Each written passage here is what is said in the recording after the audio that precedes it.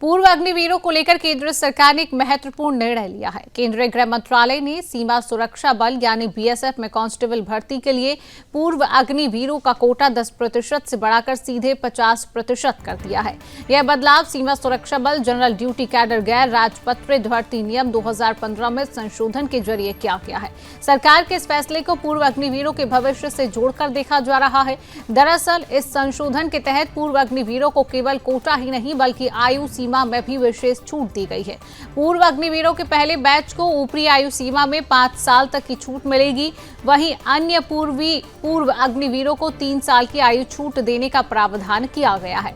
वास्तव में भर्ती प्रक्रिया को और सरल बनाते हुए अधिसूचना में यह भी कहा गया कि पूर्व अग्निवीरों को शारीरिक मानक परीक्षण और शारीरिक दक्षता परीक्षण से छूट दी जाएगी। यानी बीएसएफ कांस्टेबल भर्ती में पूर्व अग्निवीरों को सीधी राहत दी गई है।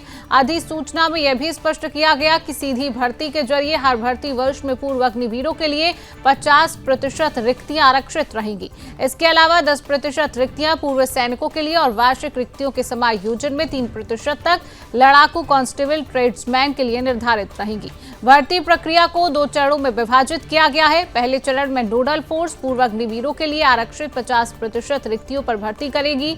दूसरे चरण में कर्मचारी चयन आयोग यानी एसएससी शेष 43% रिक्तियों पर भर्ती करेगा, जिसमें 10% पूर्व सैनिकों के लिए आरक्षित होगी। साथ ही पहले चरण में किसी विशेष श्रेणी में बची हुई पूर्व अग्निवीरों की रिक्तियों को भी इसी चरण में भरा जाएगा। बता दें कि केंद्र सरकार ने इसी वर्ष जून महीने में भी एक महत्वपूर्ण संशोधन किया था। राजपत्र अधिसूचना के माध्यम से भारत सरकार कार्य आवंटन नियम 1961 में बदलाव किया गया था। इसके तहत केंद्रीय गृह मंत्रालय के राज्य विभाग के अंतर्गत दूसरी अनुसूची में एक नया बिंदु जोड़ा गया था।